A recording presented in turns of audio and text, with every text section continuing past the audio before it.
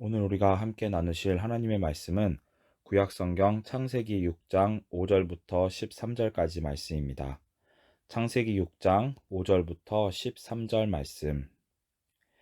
여호와께서 사람의 죄악이 세상에 가득함과 그의 마음으로 생각하는 모든 계획이 항상 악할 뿐임을 보시고 땅 위에 사람 지으셨음을 한탄하사 마음에 근심하시고 이르시되 내가 창조한 사람을 내가 지면에서 쓸어버리되 사람으로부터 가축과 기는 것과 공중의 새까지 그리하리니 이는 내가 그것들을 지었음을 한탄함이니라 하시니라. 그러나 노아는 여호와께 은혜를 입었더라. 이것이 노아의 족본이라. 노아는 의인이요 당대의 완전한 자라. 그는 하나님과 동행하였으며 세 아들을 낳았으니 셈과 함과 야벳이라. 그때 온 땅이 하나님 앞에 부패하여 포악함이 땅에 가득한지라. 하나님이 보신즉 땅이 부패하였으니 이는 땅에서 모든 혈육 있는 자의 행위가 부패함이었더라.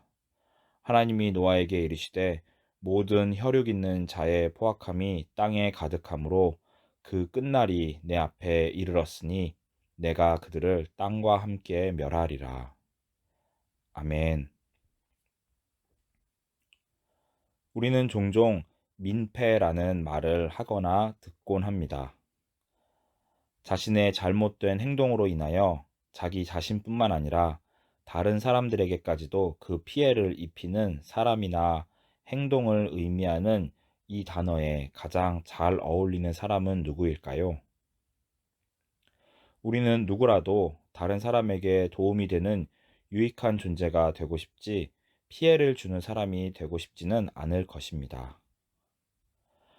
그런데 창세기에 나오는 우리 인간의 모습에 가장 잘 어울리는 표현이 어쩌면 바로 이 민폐라는 말은 아닐까라는 생각이 들기도 합니다.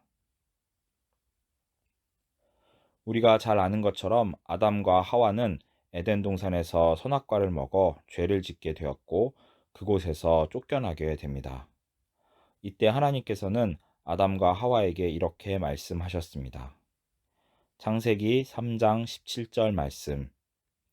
아담에게 이르시되 내가 내 아내의 말을 듣고 내가 내게 먹지 말라 한 나무의 열매를 먹었은즉 땅은 너로 말미암아 저주를 받고 너는 내 평생에 수고하여야 그 소산을 먹으리라. 여기에서 우리가 주목해야 할 말씀은 바로 땅이 너로 말미암아 저주를 받고입니다. 죄를 지은 사람인 아담과 하와가 저주를 받는다면 그것은 이해를 할 수 있겠는데 아무런 잘못이 없는 땅이 엉뚱하게 그들 때문에 저주를 받게 되었습니다. 물론 이 때문에 인간은 수고로운 노동을 하여 먹고 살 수 있는 힘겨운 삶을 살게 되었습니다. 이러한 인간의 민폐스러운 행동은 그 이후에도 반복됩니다. 오늘 저희가 읽었던 창세기 6장에 보면 여기서도 우리가 주목해 보아야 할 말씀이 있습니다. 바로 내가 창조한 사람을 내가 지면에서 쓸어버리되 사람으로부터 가축과 기는 것과 공중의 새까지 그리하리니입니다. 엄청난 죄악을 지어 하나님으로 하여금 한탄과 근심을 하시도록 만든 장본인이었던 사람들은 바로 인간이었습니다. 그런데 하나님께서는 그러한 인간들만을 쓸어버리시는 것이 아니라 그들과 함께 애꿎은 동물과 식물들에게까지도 심판을 내리셨습니다.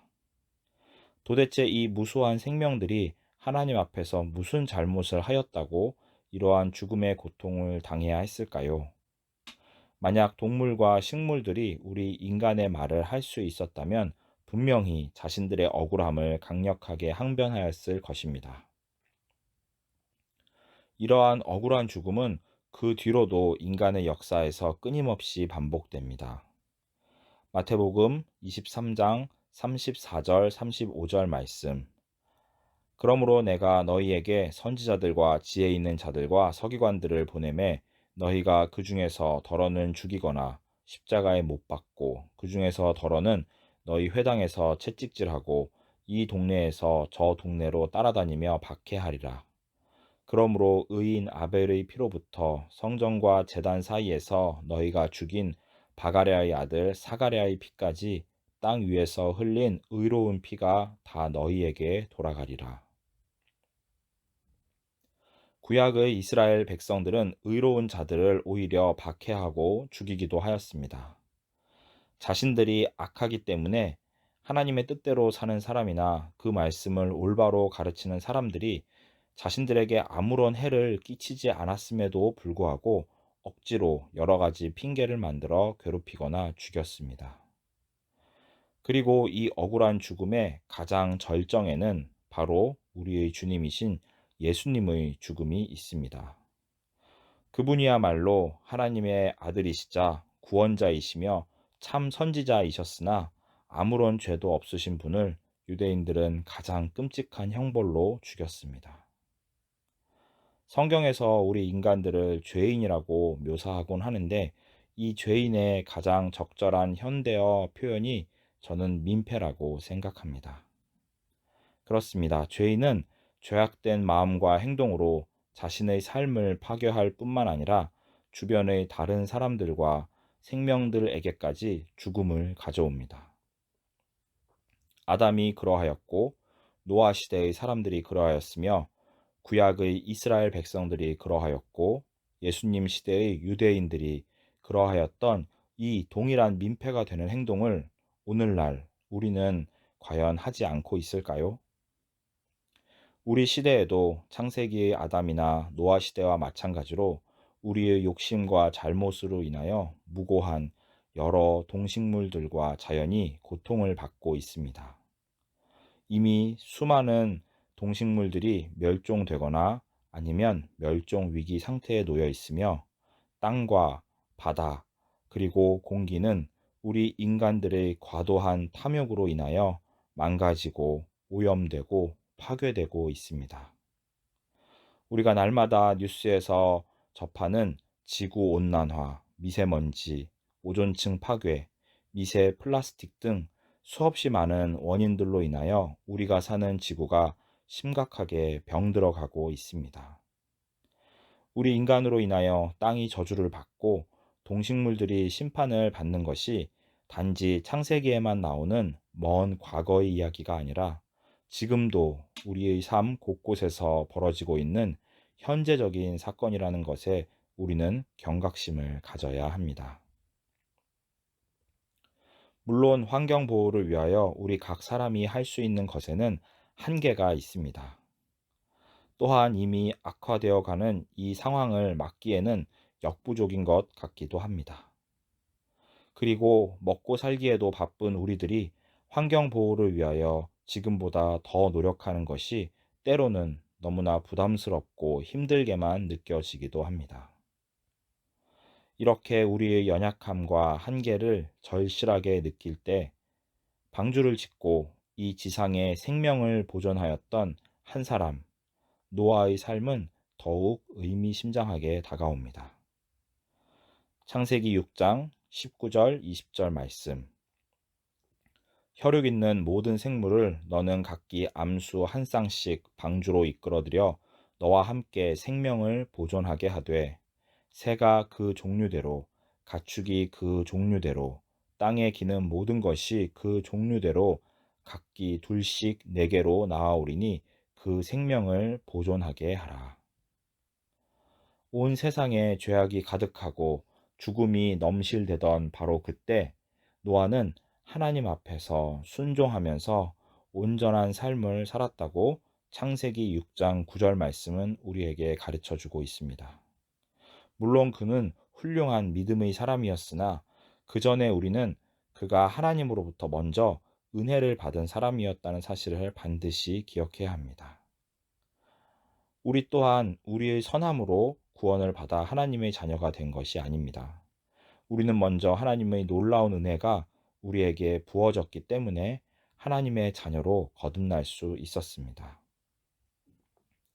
그리고 예수님 안에서 완전히 새로운 피조물이 된 우리들은 더 이상 죄인이 아니고 의인이 되었습니다.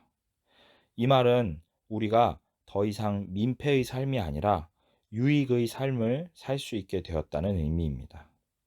나 자신과 주변 세상에 죽음을 가져오는 존재가 아니라 생명을 가져다 주는 존재가 된 것입니다.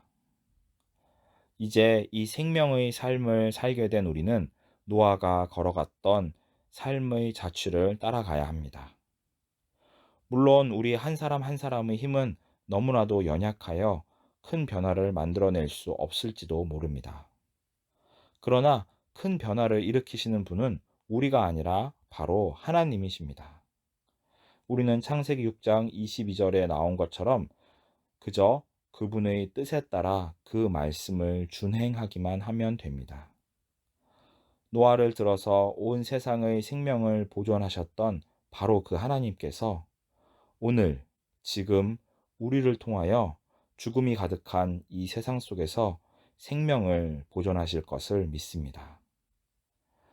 종암성서 침례교회 성도님들 모두가 그렇게 하나님께 쓰임 받게 되기를 주님의 이름으로 간절히 축복합니다.